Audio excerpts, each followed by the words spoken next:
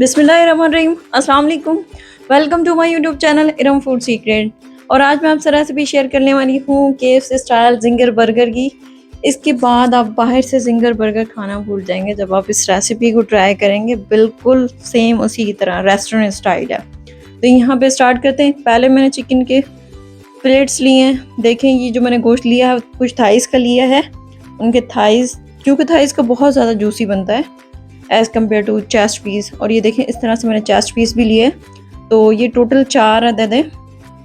देखिए इस तरह से बारीक बारीक अपने पीस बना लिए हैं। ज़्यादा बारीक भी नहीं करना, इतने ही फ्लेट्स रखने हैं। इसके बाद लहसुन का पाउडर डाल देंगे 1 चाय का चमचा, और 1 चाय का चमचा ही अदरक का पाउडर डाल देंगे। पाउडर में ही आपने इस्तेमाल करना है। और लाल मिर्च डालनी है, वो भी 1 चाय का चमचा डालना है। और इसमें डालें काली मिर्च पिसी हुई 1 चाय का चमचा डालें। हल्दी पाउडर ये थोड़े से कलर के लिए ऑप्शनल है ये। और इसके बाद गरम मसाला डाला है, वो भी 1 खाने का चमचा। नमक हस्बे जायका डालना है आपने, इसमें बिल्कुल थोड़ा सा नमक जाएगा। और सिरका डालेंगे, इसकी वजह से ये बहुत ज़्यादा सॉफ्ट हो जाएगा और ये बहुत जल्दी कुक भी हो जाता है बहुत जल्दी। तो इनको मैरिनेट करने के लिए आप 2 घंटे के लिए रख लें, या फिर ओवरनाइट भी आप रख सकते हैं इसे, जैसा आपको ईजी हो। ज़्यादा देर तक मैरिनेट करके रखने में अंदर तक उसके जूसी और उसके फ्लेवर्स होते हैं वो अंदर तक आ जाते हैं। इस वजह से हम इन्हें काफ़ी देर के लिए रखते हैं। आप चाहें तो 2 घंटे के लिए ही रख सकते हैं, या फिर 1 आवर के लिए भी आप रख सकते हैं इसे। It's up to you. ये देखें इस तरीके से मैंने इसको रैप कर दिया था।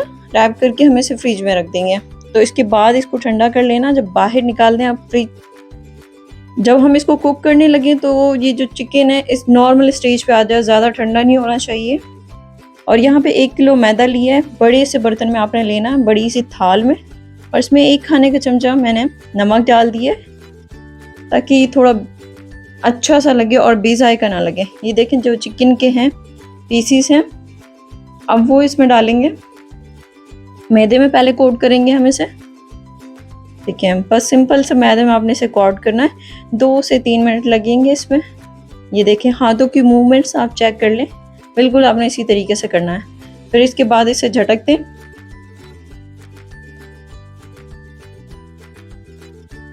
फिर इसके बाद आपने इसमें पानी में डिप करना। पानी मैंने नॉर्मल लिया है, ना ज़्यादा ठंडा है ना गर्म है। लोग कहते हैं ठंडा पानी इस्तेमाल करो, ये आपको कोई ज़रूरत नहीं है, बिल्कुल नॉर्मल पानी लीजिएगा। और फिर दोबारा से ये देखें क्लॉकवाइज इसे करना है। अगर आप क्लॉकवाइज कर रहे हैं तो आपने क्लॉकवाइज ही अपने हाथों की मूवमेंट्स को रखना है। अगर आप एंटी क्लॉकवाइज रख रहे हैं तो आपने एंटी क्लॉकवाइज ही रखना है। ये देखें तकरीबन इसे 3 से 4 मिनट लग जाएंगे आपको इस तरीके से करते हुए। और आप इतने इसको रब करते हुए तकरीबन 8 या 9 दफ़ा आपने इसे रब करना है इस तरह से। फिर इसके बाद इसे झाड़ लीजिए। जितना अच्छा आप इसे झाड़ेंगे तो इतने अच्छे आपके क्रम्स बनेंगे। Keep in your mind. ये देखें ये बहुत अच्छे क्रम्स बने इसके।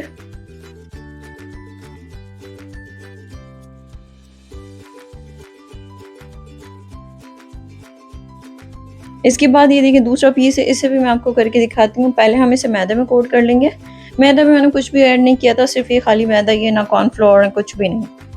फिर दोबारा से हम इसे इस तरीके से कोट कर लिया है। कोट करने के बाद अब इसे दोबारा से पानी में डालेंगे। पानी में आपने सिर्फ 5 सेकंड के लिए डालना है।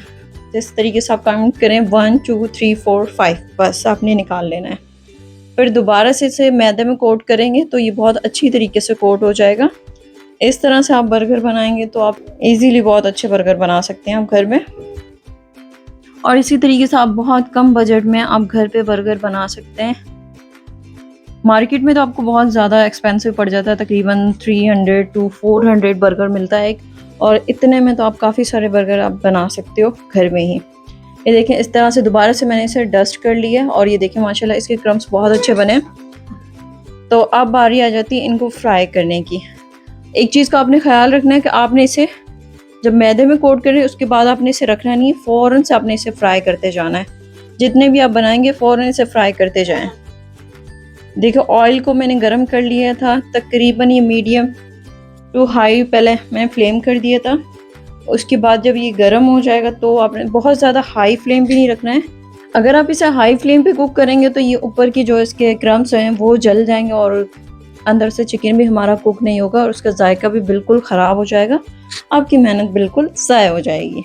तो ख्याल रखिएगा आप इस चीज़ का। और ये देखिए इस तरह से जिसका बहुत अच्छा कलर आ गया, तो अब हम इसे निकाल लेंगे। अब यहाँ पे मैंने बन लिए हैं, तकरीबन ये मुझे 40 रुपए के पड़ गए थे, 4 जिसमें बन मिले हैं मुझे।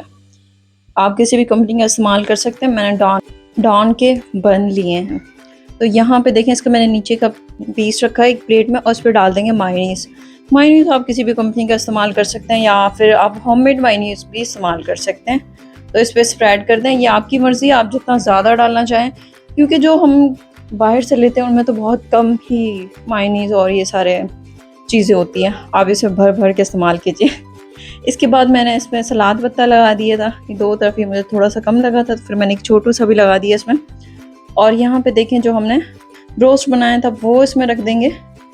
आप चाहें तो भर भर के आप इसमें चिकन का इस्तेमाल कर सकते हैं, क्योंकि जो बाहर से हम बर्गर लेते हैं बिल्कुल उसमें थोड़ा सा चिकन होता है। इसके बाद इसमें केचप डाल दिया था, केचप अनफॉर्चुनेटली मेरे पास यहाँ पे ख़त्म हो गया था और ये थोड़ा सा मुझे मिला था। उसके बाद मायोनीज़ डाल दिया इस पर, और इस पर डाल दें बंद गोभी के, ये बंद गोभी के स्लाइसिस थे, ये मैंने डाल दिए। और ये बंद ऊपर से इसका जो बन का ऊपर का हिस्सा है वो रख देंगे। लीजिए हमारा KFC हमारा बर्गर बन के तैयार हो गया, बहुत ही ज़बरदस्त बना था, उसका टेस्ट भी माशाल्लाह। आप इस रेसिपी को फॉलो कीजिएगा और मुझे कमेंट्स में फीडबैक भी लाजमी दीजिएगा। और वीडियो पसंद आई तो लाइक कर दीजिए, और मेरे चैनल को कर दीजिए सब्सक्राइब।